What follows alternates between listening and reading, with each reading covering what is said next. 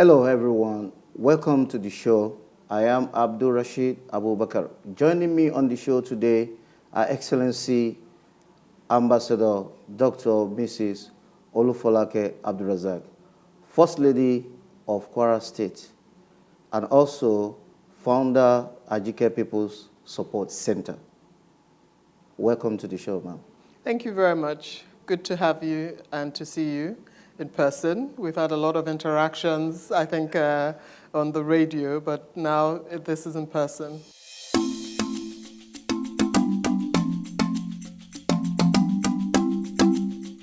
You seem to be a unique First Lady in the history of Kwara State.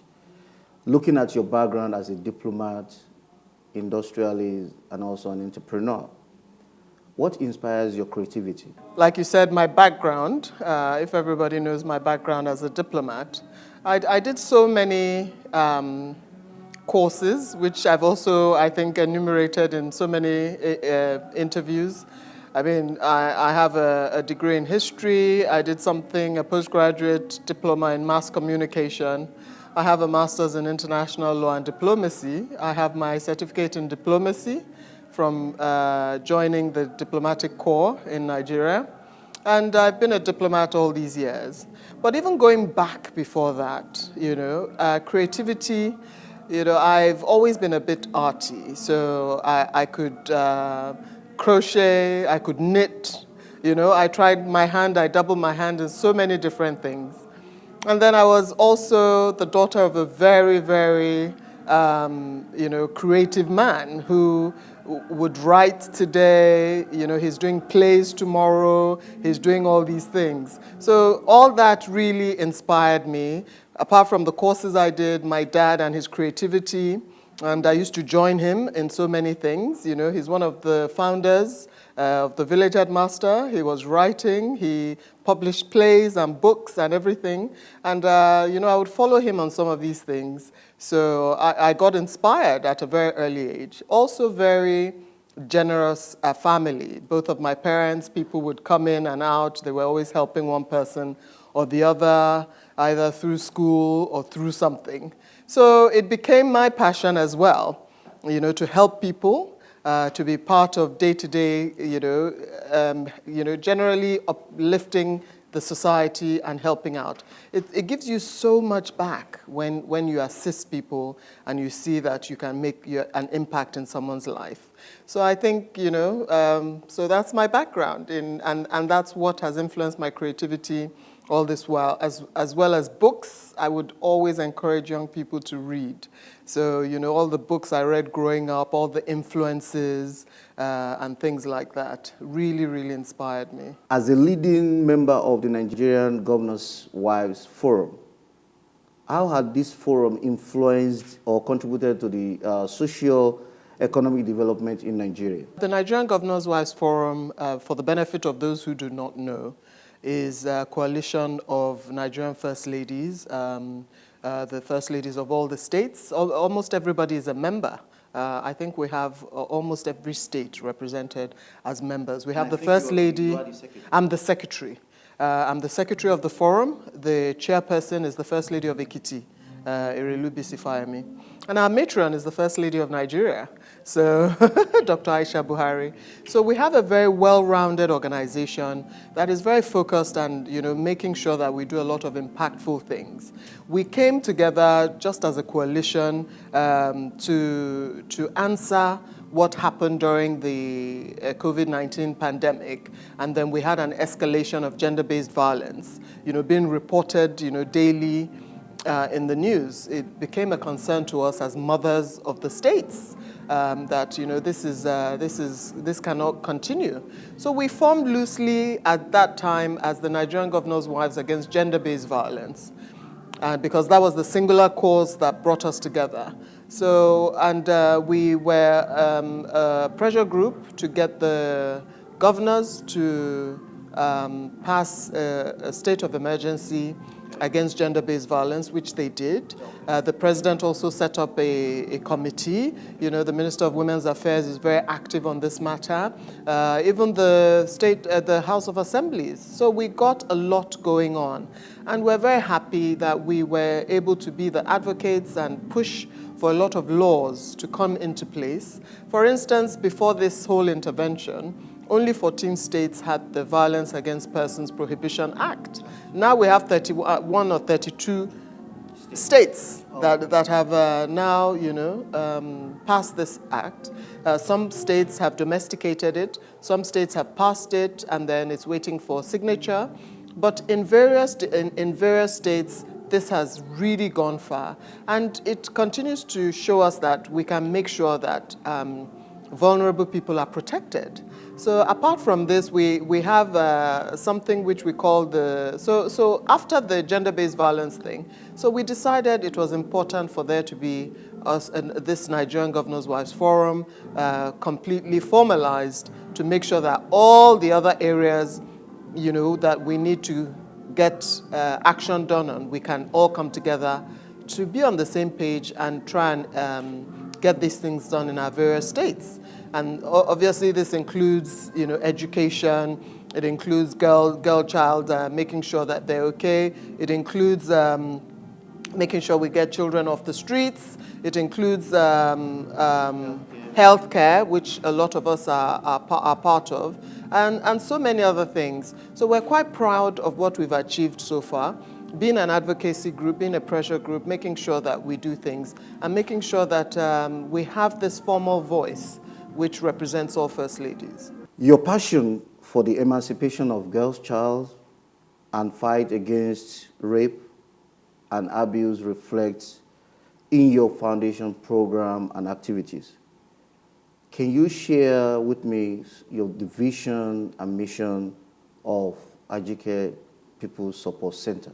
Thank you very much for that question, because, you know, it goes back to what inspires you. It goes back to your initial question about what inspires me. And obviously it's what inspires me that, you know, made me decide to start the Ajike People's Foundation, because all what I'd been doing in an ad hoc manner, it became important to now formalize it and have a platform with which, you know, to operate formally from.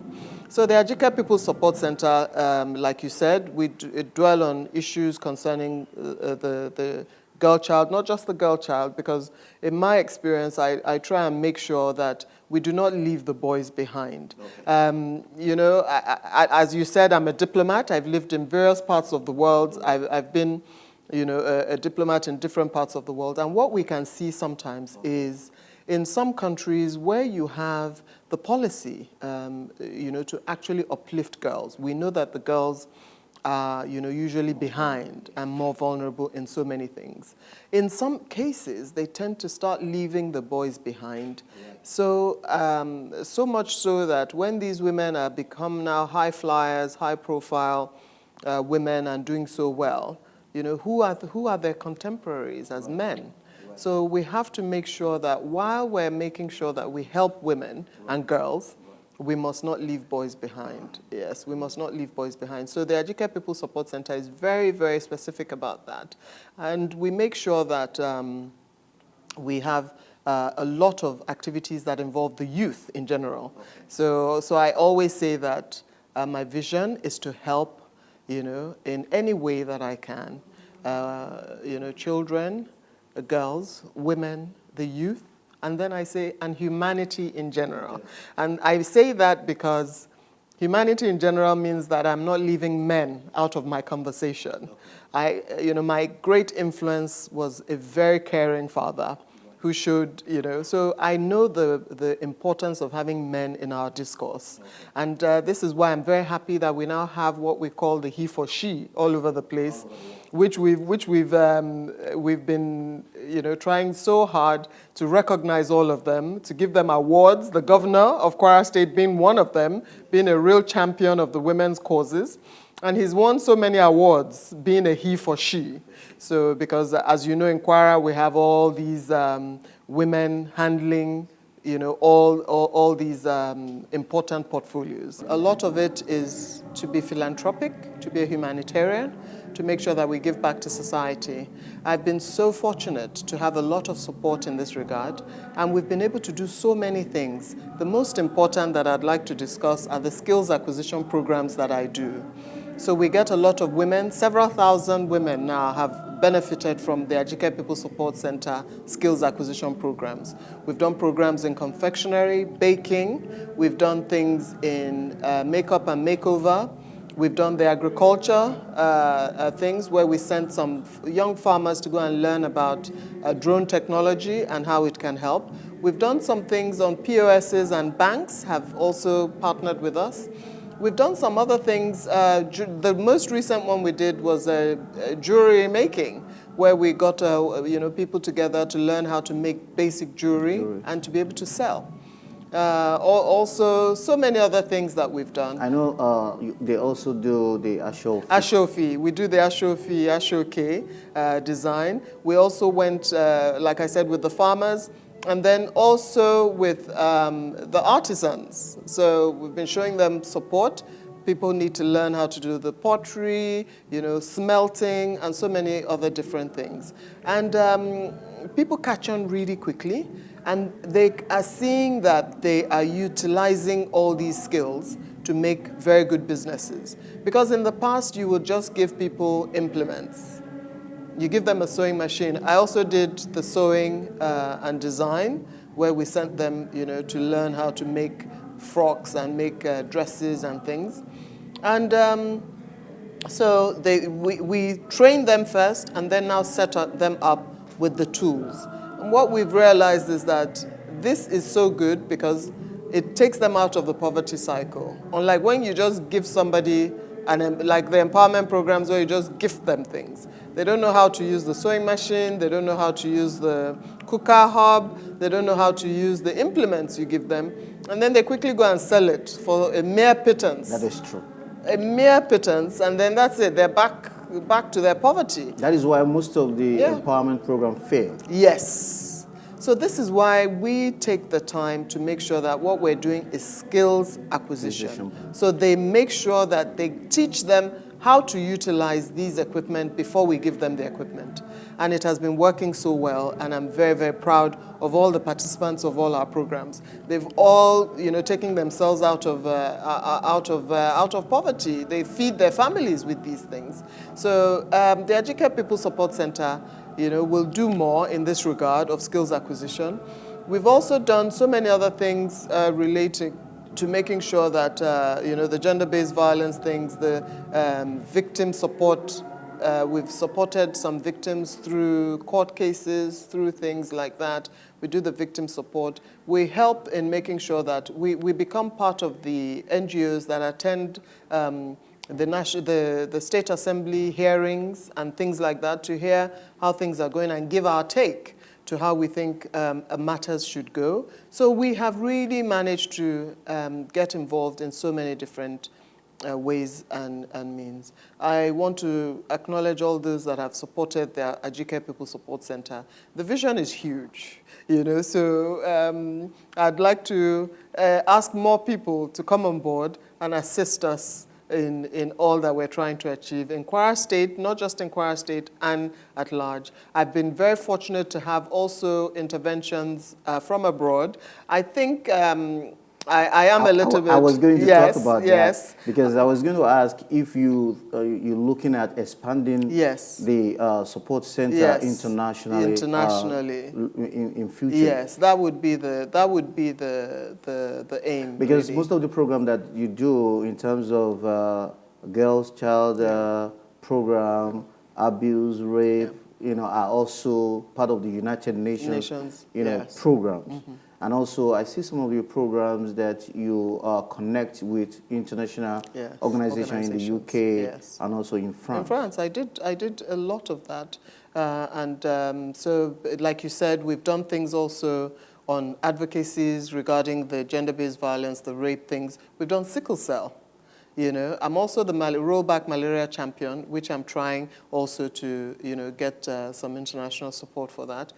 Sickle cell was very big on my topic, and we've managed to help so many people with that. And then I'm the tuberculosis, champion, as given to all of us. It was a mandate given to all of us by the First Lady of Nigeria. That we are all tuberculosis champions, and we should try and get our best to get TB down in the country. So we have been working hard in that. So anyone, any international organization out there, yes, wishing to work or to support yes, the foundation can yes, reach out to. They can reach out to us. www.ajikepeoplesupportcenter.com. Well, I prefer that they send us, they send me directly an email, or things like that. They can. I mean, we're on Instagram, we're on LinkedIn, we're on various social media platforms. We obviously the website as well is a good start as well. But direct contact always really works. We move a lot quicker. And I've got phone calls, and I answer my phone. That is true. I answer my phone, I answer my WhatsApp messages, I try my best. It's a lot, it's very overwhelming because, it's so much, yes, a lot of people, but I do answer. And all our contact details are listed in all these various platforms. So please get in touch with us. We'd like to, collaborate with you because it's important to have the best practices, to know the latest, like the sickle cell, they were able to get us information, books and things on the latest treatments out there and, latest things so that, some of the research that is done abroad and all these other places, we cascade down to us and we know the latest things that are going on. We have a strong collaboration with the Ministry of Health, obviously, because a lot of what Ajike does is also health-related. Issues. So we make sure that we have that big collaboration with the Ministry of Health. I also did something whereby I sponsored people to get the state insurance scheme. So I want Kwarans out there to know that, the state insurance scheme is working. It's fantastic for ailments or whatever. Once you have this insurance scheme, you're taken care of in so many different ways. And you can get it for your family and friends and, to make sure that they're fine. And the insurance would take care of the costs of, so many of these very huge bills that they run up in hospitals. Yeah. So I managed to sponsor a lot of people with the state insurance scheme through Ajike People Support Center as well. So we have a huge mandate that we've given ourselves, and we're very happy that we're able to do all this, and we look forward to doing more. Governor AbdulRazaq-led administration has been lauded, even recently by the Emir, Martaba, and so many organizations in Kwara State for giving women a chance in leadership. What else might women look forward to from the administration moving forward? Well, yes, thank you indeed. Like I just said earlier, it's very important that people are appreciating all what, all the he for she's are doing. The governor being a big he for she and has been really, rewarded and given so many awards and accolades regarding this. As you know, there was a time there were more women than men in the cabinet. And then later on, now you have women all over every strata of the society, making waves and making sure that things are getting done. And what we see is that the women are really performing. So, they have given the governor a strong voice by making sure that those decisions, he does not regret them. So they've been doing really well. And as you said, a lot of people have been lauding him for this, and we're very happy. A lot more to come for women in the administration. I mean, I don't know if I'm the one to be saying all this. I mean, maybe you should get him and sit him down and ask him what else he plans for women. But I know that the women in every part of society are getting a look at. There are women in agriculture, women, the sports women, the women in the government themselves, and all these other areas which he is fully participatory in. There's nothing that I do that he's not a part of. I'm sure you saw that when we did this cracking the glass ceiling, the Yes. women's event in Kwara. In Kwara State, yes. And it was unbelievable, the support that women gave. So, a lot more to come, I'm sure. Yeah, thank you, Your Excellency.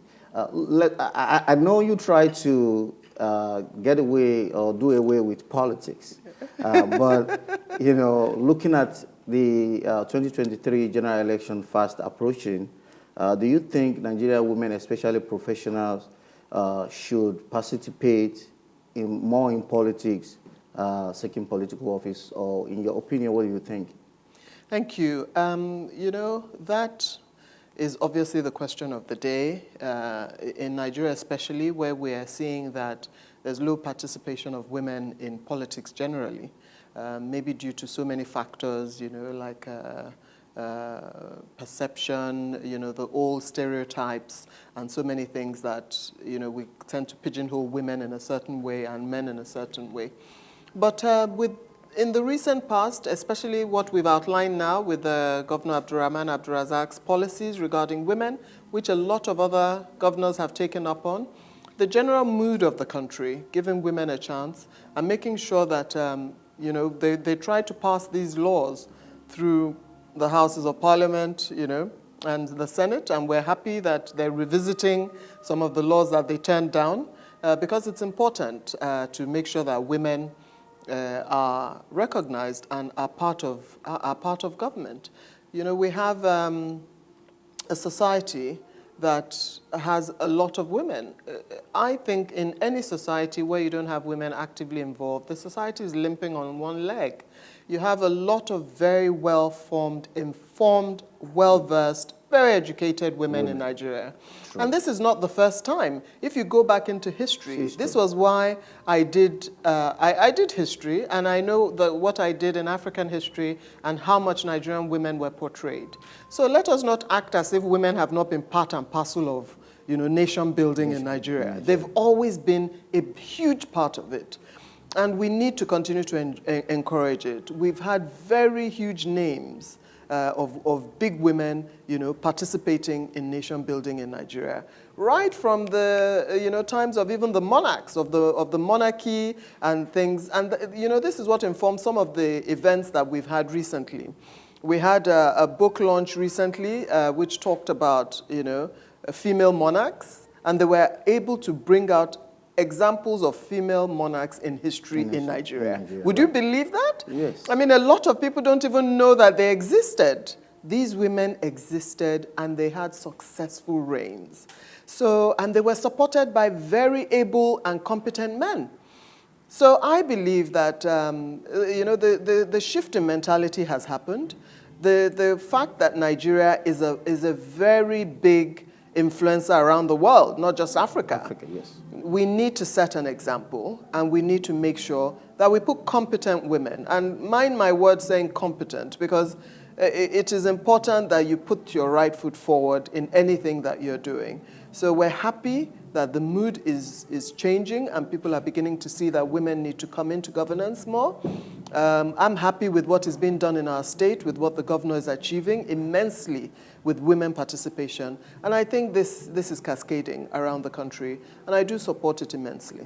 Thank you so much for that brilliant highlights. What advice would you like to offer the Kwarians in the diaspora, and also in Kwara State, and also in Nigeria at large? Thank you very much. I mean, being a diplomat, I've always, been fortunate to, have the Nigerians in diaspora around me and what I do. I was at one time, in charge of Nigerians in the UK. It was my desk, yes. And I was very, very happy with the support that they gave me. They're a very focused group. In France as well, where I was, the Nigerians there participated immensely in what the mission was doing. In South Africa, where I was as well, the Nigerians there did a lot with us. And there are a lot of very important Nigerians in the diaspora doing such immense and good work. And my message to them is, please keep it up. We know that it's not just due to remittances, because all we talk about when we talk about Nigerian diaspora is remittances. No, yes. They do a lot more than that. The Kwarans, I'm very happy with the Kwara diaspora in the UK ones. They come to Nigeria. I've been in touch with them. I've held a couple of meetings with them, as well as His Excellency. They come to Nigeria. They bring missions like, eye surgery, so many different things. They have an agriculture policy, so they get involved in the community. There's also a professor that I know. He comes and brings STEM, STEM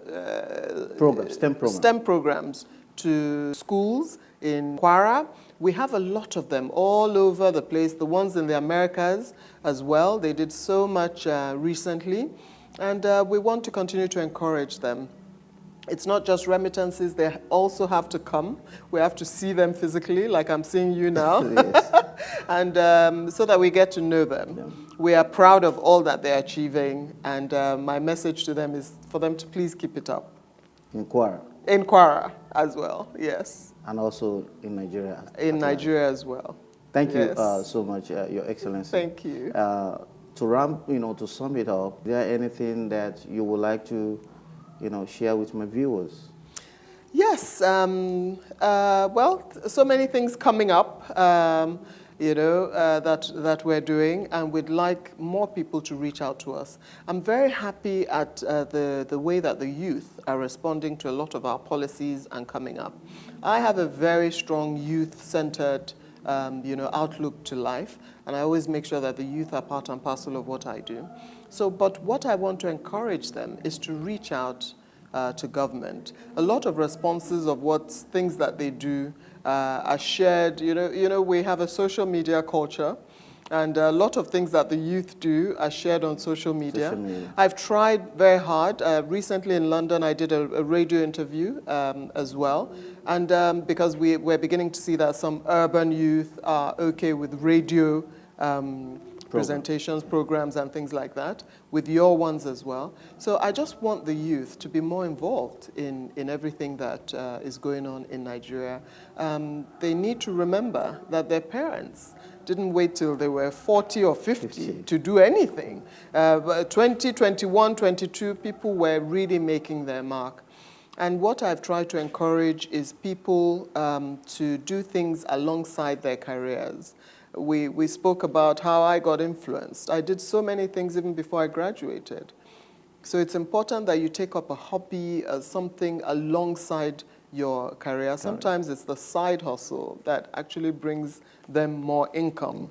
So they need to think outside the box, ways of income, ways of management. And I'm always I have an open door policy. I would love to hear from them. And that's another thing that I want the youth to do. Write to people in office, write to government, bring up your ideas, let us know what you're thinking. And I think this would also shape the way that things go moving forward. Thank you so much for your support, and thanks for coming to the show to speak to our audience all around the world. I will continue to engage in you to do more media engagement with you to get more of your insight on Kwara State issues and also national development issue. Thank you. Thank you so much for watching. I am AbdulRasheed ABUBAKAR. Until the next time when we meet again, have a blessed day.